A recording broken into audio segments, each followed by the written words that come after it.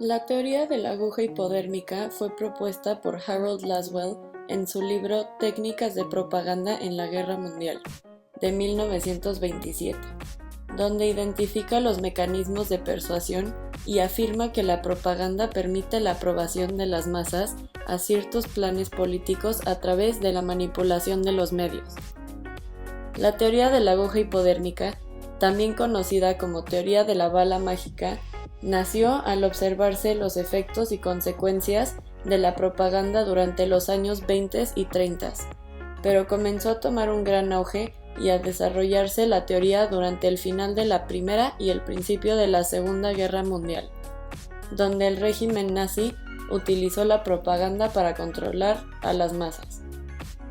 Una segunda causa relacionada fue el auge de las ciencias sociales de la época, por medio de las teorías conductistas, que hablaban de conceptos sobre estímulos y respuestas. Creyendo que un mensaje bien elaborado y transmitido por un medio masivo generaría una respuesta casi inmediata y uniforme. La teoría de la aguja hipodérmica consiste en que los mensajes emitidos por los medios de comunicación influyen directamente en los receptores. Inyectan una información con un contenido que automáticamente se da por cierto, es decir, sin que los receptores cuestionen la información recibida, reaccionando todos de la manera esperada. En base a esta teoría se pensaba entonces que las masas se caracterizan por ser homogéneas, de igual reacción y que crean un patrón estímulo-respuesta. A partir de 1940, se dejó de pensar en la perspectiva de estímulo-respuesta.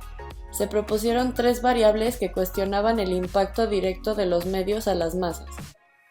Estos eran las actitudes previas que mantienen los individuos, los grupos sociales a los que pertenecen y la selectividad de las funciones cognitivas, de acuerdo con la percepción, la memoria y la atención selectivas.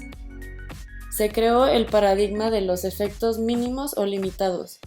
Se hace el refuerzo de predisposiciones anteriores de los mensajes emitidos desde los mass media. Se crearon entonces 4 teorías y modelos funcionalistas con efectos a corto y mediano plazo. La teoría de los 2 pasos o two-step de Lazarsfeld, Berelson y Gaudet busca documentar empíricamente la manera en que los medios de comunicación masiva influyen en la selección y votación de los candidatos presidenciales. La gente no es persuadida directamente, sino más bien por un representante del grupo social al que pertenece. Estos líderes de grupo son individuos que en sus relaciones con otras personas dan lugar a una influencia en lo que se refiere a actitudes, opiniones o decisiones ante el mundo que los rodea. No necesariamente son líderes formales de la comunidad o personas que ocupan estatus que confiere prestigio. Los líderes tienen que ser accesibles, sociables, tener contacto con personas extrañas y con fuentes de información, y tienen que estar situados con personas de similares estratos sociales.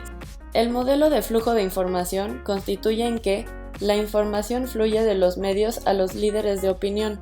Los líderes influyen sobre los no líderes, y estos líderes están más expuestos a los medios, consumen información y son más afectados por lo que logran credibilidad.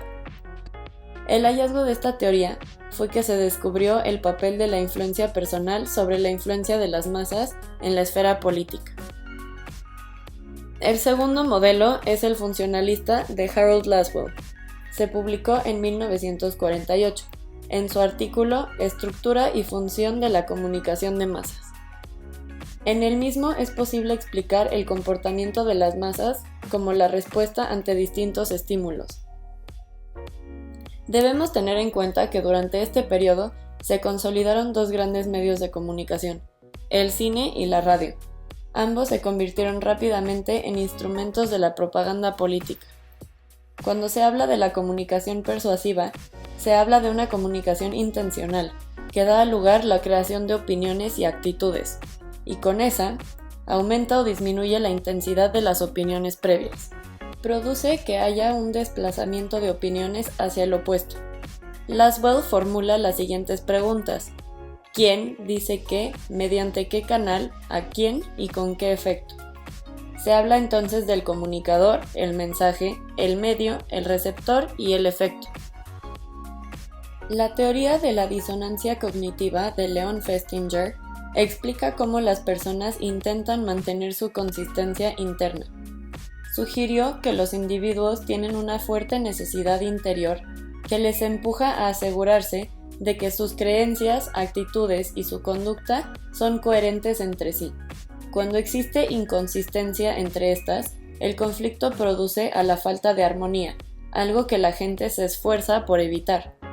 Esta teoría ha sido ampliamente estudiada en el campo de la psicología y puede definirse como la incomodidad, tensión o ansiedad que experimentan los individuos cuando sus creencias o actitudes están en conflicto con lo que hacen.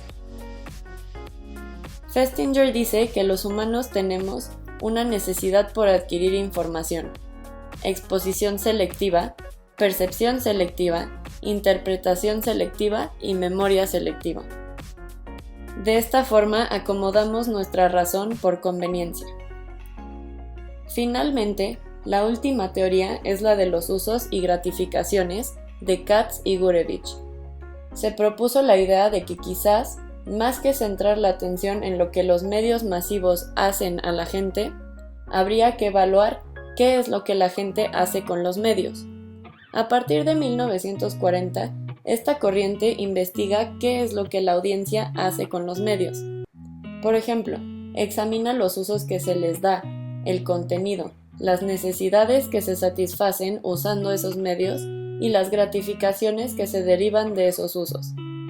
Dice que el público es un usuario activo y selectivo. Se le pregunta a las personas qué es lo que quieren ver, según sus necesidades para satisfacerlos. Hay elección consciente, un público activo y selectivo, que es motivado por necesidades y gratifican de la necesidad. Recientemente se han empezado a crear enfoques en nuevas áreas de investigación, la de los usos y efectos, que explora la vinculación entre las motivaciones que llevan al consumo, la implicación de los receptores y los efectos que produce la exposición a estos. Terminando este video, yo les pregunto a ustedes, ¿los medios nos manipulan?